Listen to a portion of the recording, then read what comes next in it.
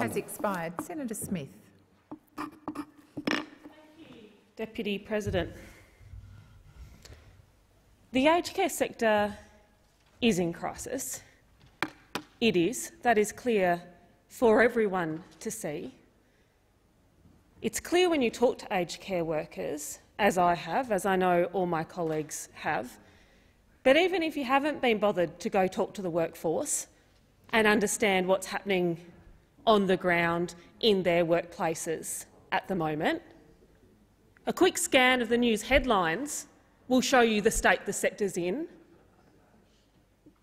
The number of people dying will show you that the sector is in crisis. The reports of workers under stress and under strain, the choices they are being forced to make every single day when they go into their workplace, about which of the residents in their care who need their urgent attention they tend to. These reports are not hard to find. In fact, you've heard them today in question time. You can look at the rollout of boosters, see the significant and critical shortages of jabs in arms, jabs which keep people safe. It is not hard to see that this is a sector in crisis. It is not hard, and indeed, if you are willing to spend the time playing the word games to prove that it is not, may I suggest you spend that time talking to a nurse, talking to a worker in aged care, because they are at breaking point. They go into work every day trying to care for the residents who have served our country, who have been part of our community, who deserve to spend this time in their life living in dignity. And these workers who want to provide that to those in their care do not have the support from the minister, they do not have the support from the government that they need to do their jobs. Jobs which they are paid a pittance for, $22 an hour, and then a government who won't even stand up and make a submission on their behalf.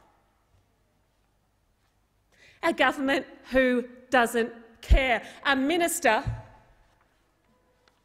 who goes to the cricket and then comes in here and argues word games around whether or not this sector is in crisis. This sector is in crisis. People are dying. Workers are struggling.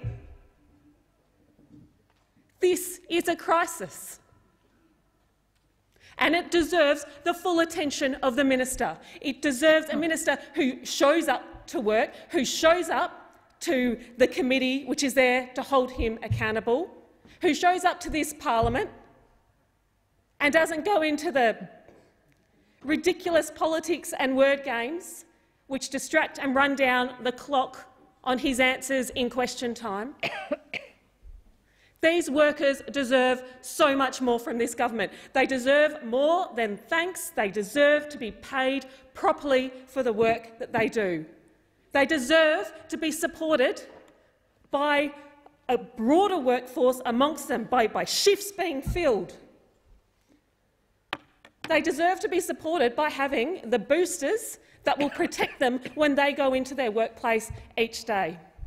And they shouldn't have to make the kind of choices that they have to make every single day. They shouldn't have to make choices about which resident in pain or in distress or in need to go to. But they have to make these choices because there aren't enough staff in this workforce. There isn't enough support from the government. Denying it's in crisis, it's an absurd thing to come in here and do. This sector has been struggling for long before this pandemic. The Royal Commission report was entitled Neglect. That was before the pandemic, and you overlay these issues on top of a sector which was struggling that much. And then you take a minister and a government more interested in the politics than supporting the workers, caring for our elderly, caring for our aged, making devastating choices every single day. Those workers deserve so much better, as does every single Australian in aged care.